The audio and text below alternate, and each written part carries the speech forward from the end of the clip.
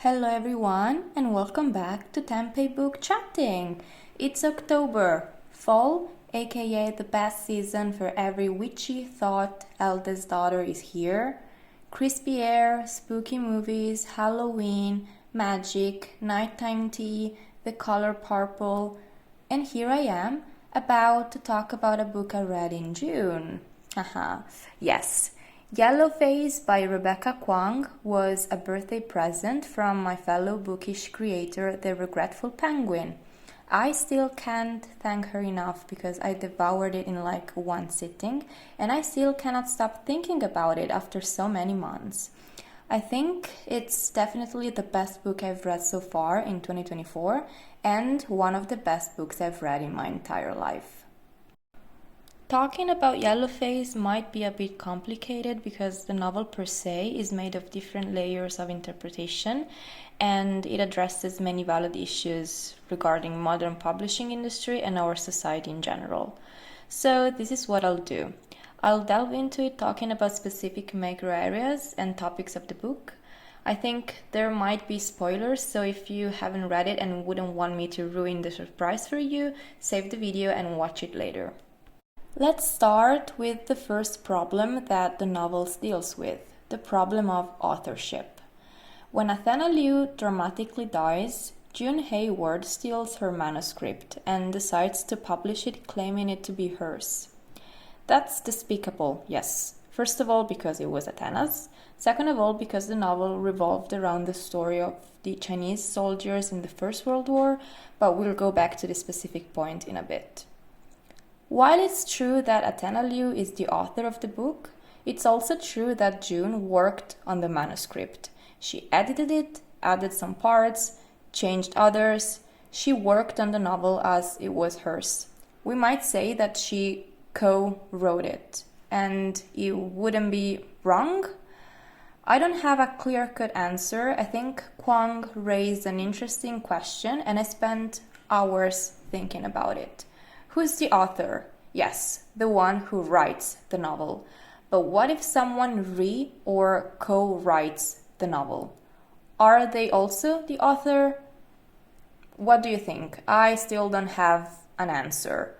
I'm not justifying June Hayward for her actions, of course, but I'm interested in your point of view. What do you think? This leads us to the next point I want to discuss. The unreliability of the narrator. We know what happens because June tells us, but can we trust her?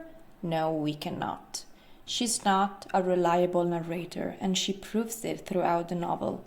She takes advantage of any situation. She manipulates Athena's mother. She cruelly depicts herself as the victim when she's actually the perpetrator most of the time. She's very convincing, especially when she starts being harassed by the fake Athena on Instagram and when she becomes the target of the online bullies. But we feel that we cannot assume her innocence or good faith. According to my friend, the Regretful Penguin, it was actually June who killed Athena Liu and then lied about it the whole time. I'm not sure I agree with her, but my dear Regretful Penguin, I see your point. That June lied about her being the author of the manuscript becomes obvious after some time. Athena Liu was a gifted Chinese-American author, and the fact that after her sudden death, her dear friend June Hayward, a certainly less popular writer, comes out with a new novel which is very similar to Athena's works in style, plot, elements, values, makes it clear.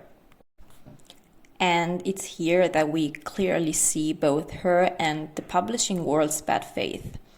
Following her editor's suggestion, June publishes her novel using a different name, Juniper Song. Juniper is the full name, so June Juniper, and Song is her middle name. The reason is obvious. Readers might be tricked into thinking they're about to read a novel about Chinese people written by a Chinese American author. And that's true, yes, because it was originally written by Athena, but no one knows it. They all think that June or Juniper Song is the author of the novel. And that's cultural appropriation. Yes, I think Kuang's stance here is subtle and clear at the same time. Juniper Song, aka June Hayward, tries to defend herself, claiming that she's got every right to write stories about Chinese history, even though she's not Chinese, even though she's a white American author. And that's true, yes. As Kuang said in a recent interview, no one can put a veto on what an author can write. And that's because this way of thinking can cause the opposite but interlinked problem.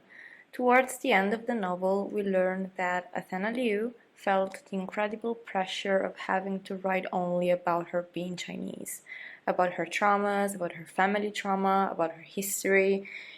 She wanted to feel free to experiment with other topics, other stories. She wanted to show a different side of herself. But she wasn't allowed to do so because the world was expecting something different from her.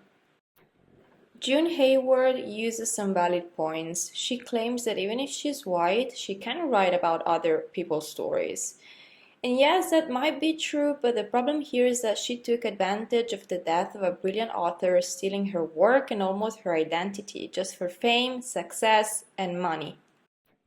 Online reviewers say that Yellowface is their least favorite among Kuang's books because the protagonist is insufferable. It's true, June is insufferable. She's the evil protagonist with whom you cannot sympathize. But this is a great novel. It's great. I was on the hook the whole time. I literally couldn't put the book down. It was a great, great, great experience.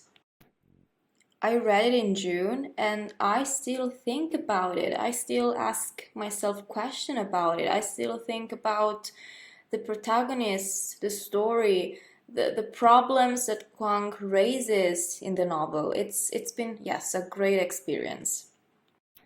So I want to know if any of you has read Yellowface, and if you have, please, I want to know your opinion. Did you like it? Why? I'm very curious, and if you haven't read Yellowface, please let me know if my words made you a little bit curious. Have a nice day.